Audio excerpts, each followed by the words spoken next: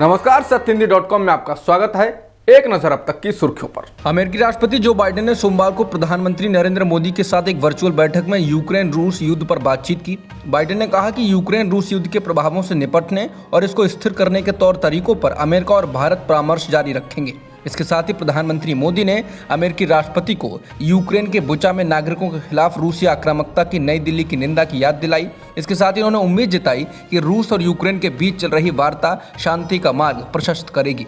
इस दौरान पीएम मोदी ने यूक्रेन की स्थिति के बारे में चिंता व्यक्त करते हुए कहा, हमारी आज की बातचीत ऐसे समय में हो रही है जब यूक्रेन में स्थिति बहुत चिंताजनक बनी हुई है। भारत को उम्मीद है कि रूस और यूक्रेन के बीच चल रही बातचीत से शांति का मार्ग प्रशस्त होगा। मैंने राष्ट्रपति पुतिन को यूक्रेन के राष्ट्रपति के साथ सीधी बातचीत करने का सुझाव दिया। मोदी ने बुचा में निर्दोष नागरिकों की हत्या की हालिया रिपोर्टों को बहुत चिंताजनक करार दिया। भारत के पीएम नरेंद्र मोदी और अमेरिकी राष्ट्रपति जो बाइडेन की बातचीत के बाद रूस से भारत के तेल आयात पर अमेरिका ने कहा कि भारत रूस पर लगे किसी भी प्रतिबंध का उल्लंघन नहीं कर रहा। सोमवार को व्हाइट हाउस की प्रेस सचिव जेन साकी ने कहा कि दोनों देशों के नेताओं के बीच हुई वार्ता सकारात्मक रही। भारत के रूस से तेल आयात करने को लेकर पूछे गए सवाल पर साकी ने कहा कि ऊर्जा आयात प्रतिबंधित नहीं है और उन्होंने हमारे लगाए प्रतिबंधों का उल्लंघन नहीं किया। हम ये स्वीकार करते हैं कि हर देश अपने हित में फैसला करता है। हालांकि साकी ने यह भी कहा कि बैठक के दौरान बाइडेन ने पीएम मोदी से इस बात का जिक्र किया कि रूस से हर उत्पाद का आयात बढ़ाना भारत के हित में नहीं है। अमेरिकी विदेश मंत्री एंटनी ब्लिंकन ने कहा कि अमेरिका भारत में मानवाधिकारों के हनन में बढ़ोतरी की निगरानी कर रहा है।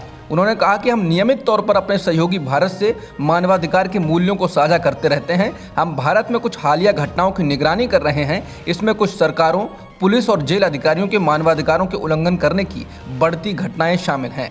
ब्लिंकन ने इस पर और ज़्यादा विवरण नहीं दिया। इस संवाददाता सम्मेलन के बाद जयशंकर और राजनाथ सिंह ने ब्लिंकन से बात की, लेकिन मानवाधिकारों के उल्लंघन के मुद्दे पर कोई बयान नहीं दिया। बता दें, बाइडेन की पार्टी के सांसद उमर ने पिछले दिनों कहा था कि मोदी सरकार मुस्लिमों के मानवाधिकारों का उल्लंघन कर रही है। उन्होंने इस पर कदम उठाने को कहा था। पाकिस्तान के नए प्रधानमंत्री चुने गए शहबाज शरीफ को प्रधानमंत्री नरेंद्र मोदी ने बधाई दी। मोदी ने ट्वीट कर कहा कि भारत इलाके में शांति और स्थिरता चाहता है, जिससे हम विकास के रास्ते में आने वाली चुनौतियों पर फोकस कर सकें और अपने लोगों के लिए बेहतर जीवन सुनिश्चित कर सकें। वहीं शहबाज शरीफ पाकिस्तान के 23वें प्रधानमंत्री चुने गए हैं। प्रधानमंत्री चुने जाने के बाद उन्होंने कहा कि वो भी भारत के साथ अच्छे संबंध चाहते हैं, लेकिन इसके साथ ही उन्होंने कश्मीर का राग भी छेड़ दिया। शरीफ ने कहा कि कश्मीर के समाधान के बिना स्थायी शांति संभव नहीं। भारत के रक्षा मंत्री राजनाथ सिंह ने पाकिस्तान के नए प्रधानमंत्री शहबाज शरीफ को बधाई दी। वो इस वक्त 2+2 डायलॉग के लिए अमेरिका में हैं। इस दौरान उन्होंने एएनआई से बातचीत में कहा कि मैं सिर्फ ये कहना चाहता हूं कि वो आतंकवाद पर लगाम कसें। उन्हें शुभकामनाएं। बिहार के मुजफ्फरपुर में कुछ लोग एक मस्जिद की दीवार पर चढ़ गए और वहां भगवा झंडा लगा दिया। इस दौरान उन्होंने जमकर नारेबाजी भी की। इन लोगों के हाथों में हथियार भी थे। इनमें से अधिकतर नौजवान थे और उन्होंने भगवा कपड़े पहने हुए थे। ये लोग रामनवमी के मौके पर बाइक रैली निकाल रहे थे। पीछे से आ रही माइक की आवाज़ में इन लोगों से लगातार कहा गया कि आगे बढ़ते रहें, यहाँ पर ना रुकें, लेकिन ये लोग नहीं माने। मस्जिद पर भगवा झंडा लगाने का वीडियो सोशल मीडिया पर वायरल हुआ है। इस मस्जिद का नाम डाक बंगला मस्जिद है और ये मोहम्मदपुर गांव में स्थित है। मुजफ्फरपुर के एसएसपी जयंत कांत ने कहा कि मस्जिद पर भगवा झंडा लगाए जाने को लेकर मुकदमा दर्ज कर लिया गया है।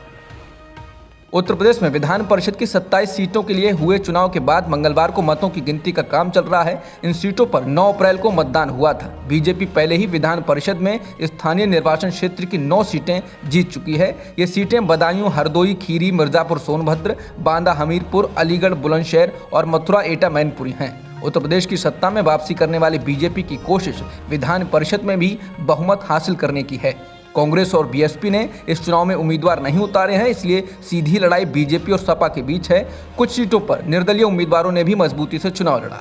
बता दें, एमएलसी चुनाव में कई जगहों पर गड़बड़ी होने, सपा प्रत्याशियों के साथ मारपीट करने और उनके पर्चे खारिज होने की खबरें सामने आई थीं। इसके बाद अखिलेश यादव ने आरोप लगाया था कि एमएलसी के चुनाव में गड़बड़ी की जा रही है। मुसलमानों पर हो रहे हमले और उस पर अखिलेश यादव की चुप्पी के बीच आजम खान के खेमे से उनके खिलाफ आवाज उठी। आजम खान के मीडिया प्रभारी फसाहत अली खान उर्फ शानू ने रामपुर में हुई एक बैठक में अखिलेश यादव को जमकर निशाने पर लिया। फसाहत खान ने कहा कि पार्टी को 111 सीटों पर जीत मुस्लिम वोटों के कारण मिली है, लेकिन पार्टी प्रमुख अखिलेश यादव मुसलमानों के खिलाफ योगी आदित्यनाथ की सरकार की कार्रवाई पर चुप हैं। फसाहत अली खान ने कहा कि अखिलेश और उनके पिता मुसलमानों की मदद से मुख्यमंत्री बने, लेकिन आजम खान को उत्तर प्रदेश विधानसभा में नेता प्रतिपक्ष नहीं बनाया गया। अखिलेश यादव को उनकी जाति का भी वोट नहीं मिला।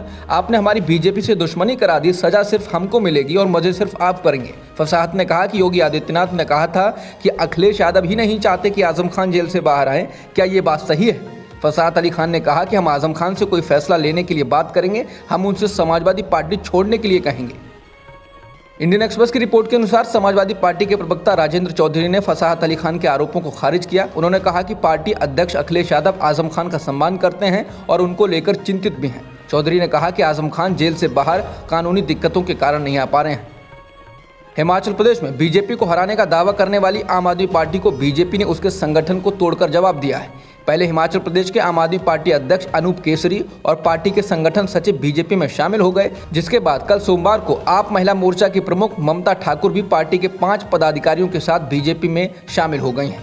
इसके अलावा आप महिला मोर्चा के उपाध्यक्ष सोनिया बिंदल, DK शर्मा, आप औद्योगिक विंग के अध्यक्ष और सोशल मीडिया प्रमुख आशीष कुमार भी बीजेपी में शामिल हो गए हैं, जिसके बाद अब आम आदमी पार्टी ने सोमवार को हिमाचल प्रदेश में पार्टी यूनिट को भंग कर दिया है। हिमाचल प्रदेश में पार्टी के प्रभारी और दिल्ली के स्वास्थ्य मंत्री सत्येंद्र जैन ने कहा है कि राज्य में पार्टी की नई कार्यकारी समिति फिर से बनाई जाएगी। अब तक की खबरों में इतना ही।